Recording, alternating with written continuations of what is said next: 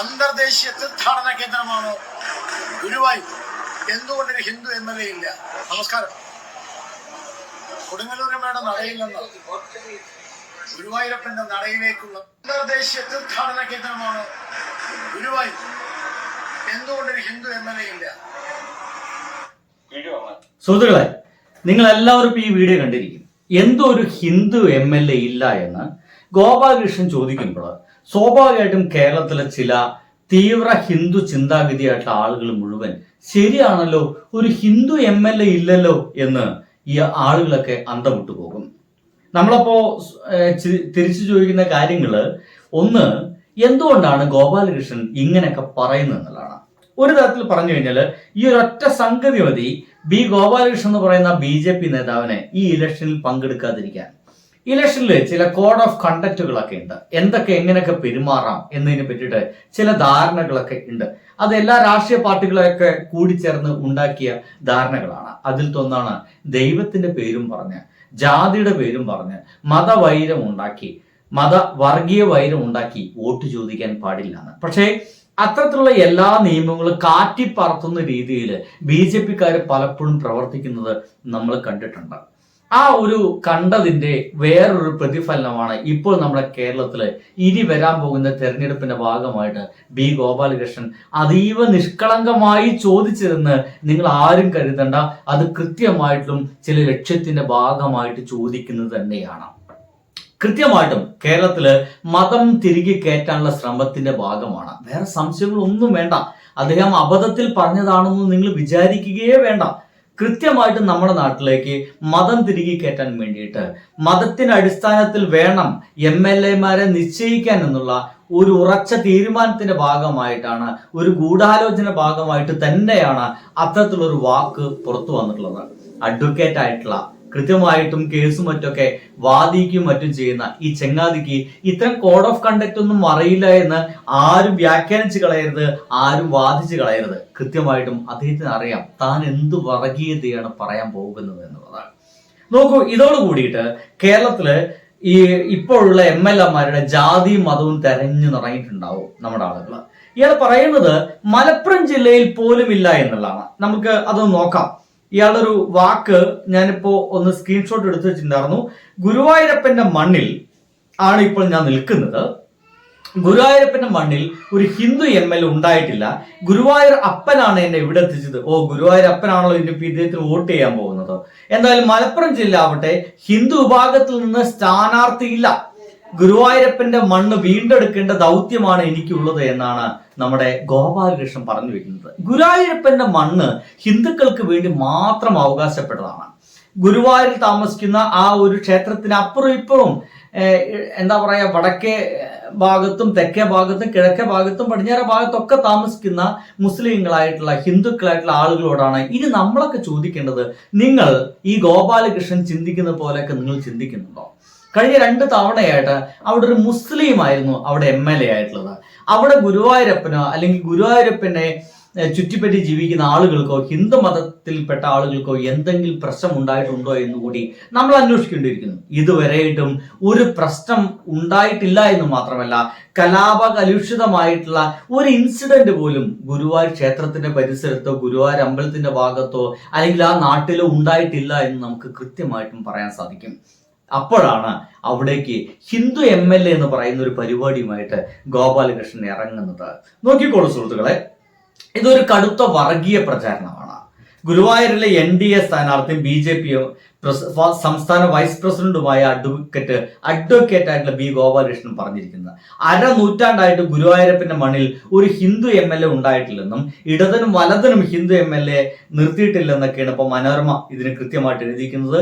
ഇദ്ദേഹം കൊടുങ്ങല്ലൂരിൽ നിന്നാണ് അത്ര തുടങ്ങിയത്, ഗുരുവായൂർ വെച്ചത് അവസാനിക്കുന്നു എന്നൊക്കെയാണ്. എന്തായാലും ഇതൊരു ഭീകരമായിട്ടുള്ള സംഗതിയാണ്, അതിഭീകരമായിട്ടുള്ള ഒരു പ്രൊപ്പഗണ്ട വർത്തമാനമാണ് എന്നതിനേക്കാൾ ഇതിന്റെ അപ്പുറത്തേക്ക് വേറെ സംശയങ്ങളൊന്നും നിങ്ങൾ ആരും കൊണ്ടു നടക്കേണ്ട ആവശ്യമില്ല. നോക്കൂ സുഹൃത്തുക്കളെ, എന്റെ നാട് പൊന്നാനി ഉൾപ്പെട്ട എടപ്പാൾ എന്ന് പറയുന്ന ഭാഗത്താണ് എന്റെ താമസം.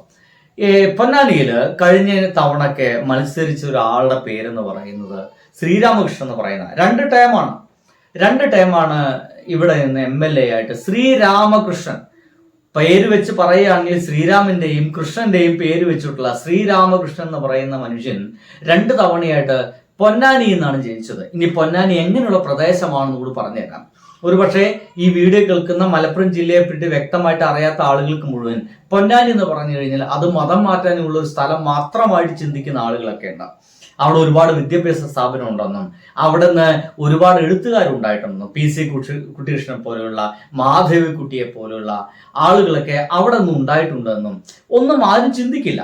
അത്തരം ആലോചനകളൊന്നും എത്താതെ തന്നെ പൊന്നാനി എന്ന് വെച്ച് കഴിഞ്ഞാൽ അതൊരു മത തീവ്രവാദ പ്രദേശം മാത്രമാണ്, അതൊരു മുസ്ലിം മത തീവ്രവാദ പ്രദേശം മാത്രമാണെന്നും അതൊരു മതം മാറ്റാൻ വേണ്ടിയിട്ട് സുന്നത്ത് കഴിച്ച് മതം മാറ്റിയിട്ട് പള്ളിയിലേക്ക് എടുക്കുന്ന ഒരു പരിപാടിക്ക് ഇറക്കുന്ന ഒരു പ്രദേശം മാത്രമാണെന്ന് ചിന്താഗതി വെച്ച് നടക്കുന്ന ഒരുപാട് ആളുകളുണ്ട്. അത്തരം ആളുകളൊക്കെ എപ്പോഴെങ്കിലും ഒരിക്കലെങ്കിലും നിങ്ങൾക്ക് സമയം കിട്ടുമെങ്കിൽ നിങ്ങൾ പൊന്നാനിയിലേക്ക് വരണം, പൊന്നാനിയെ തിരിച്ചറിയണം, അവിടുത്തെ പള്ളി സന്ദർശിക്കണം, പള്ളിയിലത്തെ ആളുകളുമായിട്ട് നിങ്ങൾ സംഭാഷണം നടത്തണം. അവിടെ മൗനത്തുൽ ഇസ്ലാം സഭയുണ്ട്, അവിടെ പോകണം, അവിടുത്തെ ആളുകളുമായിട്ട് നിങ്ങൾ സംസാരിക്കണം എന്ന് മാത്രമേ ഞാൻ പറയുള്ളൂ. എത്രത്തോളം സ്നേഹത്തോടെയാണ്, എത്രത്തോളം മനുഷ്യ സ്നേഹത്തോട് കൂടിയിട്ടാണ് അവർ നിങ്ങളൊക്കെ വരവേൽക്കുക, നിങ്ങളൊക്കെ സ്വാഗതം ചെയ്യുക എന്ന് നിങ്ങൾക്ക് അപ്പോൾ മനസ്സിലാക്കും. അത് മനസ്സിലാക്കാൻ വേണ്ടിയിട്ടാണ് അത്തരം ആളുകളോടൊക്കെ ഇവിടേക്ക് വരണം എന്നൊക്കെ ഞാൻ വാശി പിടിക്കുന്നത് കേട്ടോ. സംഗതി അവിടെ നിൽക്കട്ടെ.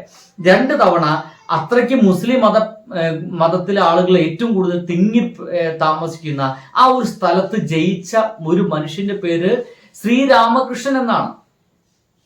മനസ്സിലായില്ലേ? ശ്രീരാമകൃഷ്ണൻ എന്നാണ്. ആ ഒരു തീവ്രമായിട്ട് മതവാദികൾ മാത്രം അങ്ങനെയൊക്കെ വിചാരിച്ചോളുന്ന, മുസ്ലിങ്ങൾ മാത്രം തിങ്ങിപ്പാർക്കുന്ന, അട്ടിക്കട്ടിക്കിട്ട പോലെ താമസിക്കുന്ന ആ സ്ഥലത്തും ജയിച്ച മനുഷ്യന്റെ പേര് ശ്രീരാമകൃഷ്ണൻ എന്നാണ്.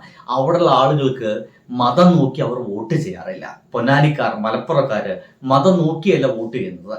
തങ്ങൾക്ക് എന്തെങ്കിലും നൽകുന്ന ഒരു പ്രസ്ഥാനമുണ്ടോ ആ ഒരു പ്രസ്ഥാനത്തിന് വോട്ട് ചെയ്യുക എന്നുള്ളതാണ്. അതിനപ്പുറത്തേക്ക് വേറെ ഒന്നുമില്ല. പക്ഷേ ഈ ഒരു അഡ്വക്കേറ്റ് ഗോപാലകൃഷ്ണനെ പോലുള്ള ആളുകൾക്ക് നമ്മുടെ നാട്ടിലൊരു വർഗീയ ചിന്താഗതി കൃത്യമായിട്ട് ഉണ്ടാക്കാൻ വേണ്ടിയിട്ടാണ് ഹിന്ദു MLA, ക്രിസ്ത്യൻ MLA, ഇനിയിപ്പോ മുസ്ലിം MLA എന്നൊക്കെ സംഗതികളൊക്കെ ഇവര് ക്രിയേറ്റ് ചെയ്യാൻ ശ്രമിക്കുന്നത്. ഇനി ഇത് കോഡ് ഓഫ് കണ്ടക്ടിന് എതിരാണോ എന്ന് ചോദിക്കുന്ന ആളുകളോട് കൃത്യമായിട്ടും ഞാൻ ഒരു മനുഷ്യൻ അത് വിശദീകരിക്കുന്നുണ്ട്, ഒന്ന് പറഞ്ഞുതരാം. പ്രഖ്യാപിച്ചു കഴിഞ്ഞാൽ മാതൃകാ പെരുമാറ്റച്ചട്ടം എല്ലാവർക്കും ബാധകമാണ്. മാതൃകാ പെരുമാറ്റച്ചട്ടം എന്ന് പറയുന്നത് രാഷ്ട്രീയ പാർട്ടികളെല്ലാം ചേർന്ന് ചർച്ച ചെയ്ത് തെരഞ്ഞെടുപ്പ് നടപ്പാക്കുന്ന ഒരു ഡോക്യുമെന്റ്, 300 പേജിനടുത്ത് വരുന്ന ഒരു ഡോക്യുമെന്റ്. ഈ ഡോക്യുമെന്റിന്റെ ഒരു ഭാഗത്ത് ഡൂസ് ആൻഡ് ഡോൺസ് എന്ന് ഒരു തലക്കെട്ടുണ്ട്.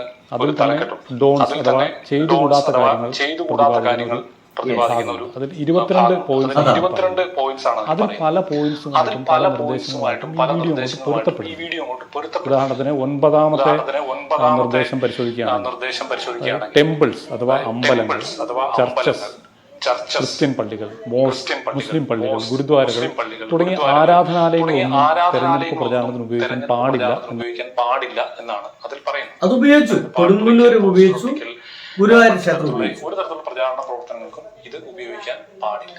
അന്തർദേശീയ തീർത്ഥാടന കേന്ദ്രമാണോ ഗുരുവായൂർ? എന്തുകൊണ്ടൊരു ഹിന്ദു MLA ഇല്ല? ഇനി അതിൽ ഗുരുതരമായിട്ടുള്ള ഒരു കാര്യം കണ്ടില്ലേ? ഇങ്ങനെ അതിതീവ്രമായ രീതിയിൽ നമ്മൾ ഗുരുവായൂർ ക്ഷേത്രത്തെയും ഒപ്പം തന്നെ കൊടുങ്ങല്ലൂര് അമ്പലത്തെയും അവർ ഉപയോഗിച്ചു എന്നുള്ളതാണ്. ഗോപാലകൃഷ്ണൻ അത് ഉപയോഗിച്ചു എന്നുള്ളത് വളരെ വ്യക്തമാണ്, സുവ്യക്തമാണ്. അപ്പോഴാണ് നമ്മൾ മനസ്സിലാക്കേണ്ടത് ഇവർ മതം നോക്കിയിട്ടാണ്, അല്ലെങ്കിൽ ഇപ്പോഴും ദൈവങ്ങളെ കൂട്ടുപിടിച്ചിട്ടാണ് ഇവർ നമ്മുടെ മുമ്പിലേക്ക് വരുന്നത്, BJP-ക്കാര്. അല്ലാതെ മനുഷ്യനെ നേരിട്ട് ബാധിക്കുന്ന ഒരു വിഷയം പോലും ഇവർ കൈകാര്യം ചെയ്യുകയില്ല എന്ന് മാത്രമല്ല, വിജയിച്ചു കഴിഞ്ഞാലും കൈകാര്യം ചെയ്യില്ല എന്ന് നമുക്ക് തെളിവോടുകൂടി നമ്മുടെ മുമ്പിലുള്ളതാണ്. സൂക്ഷിക്കുക എന്ന് മാത്രം പറഞ്ഞുകൊണ്ട് ഞാൻ അവസാനിപ്പിക്കട്ടെ. ബൈ.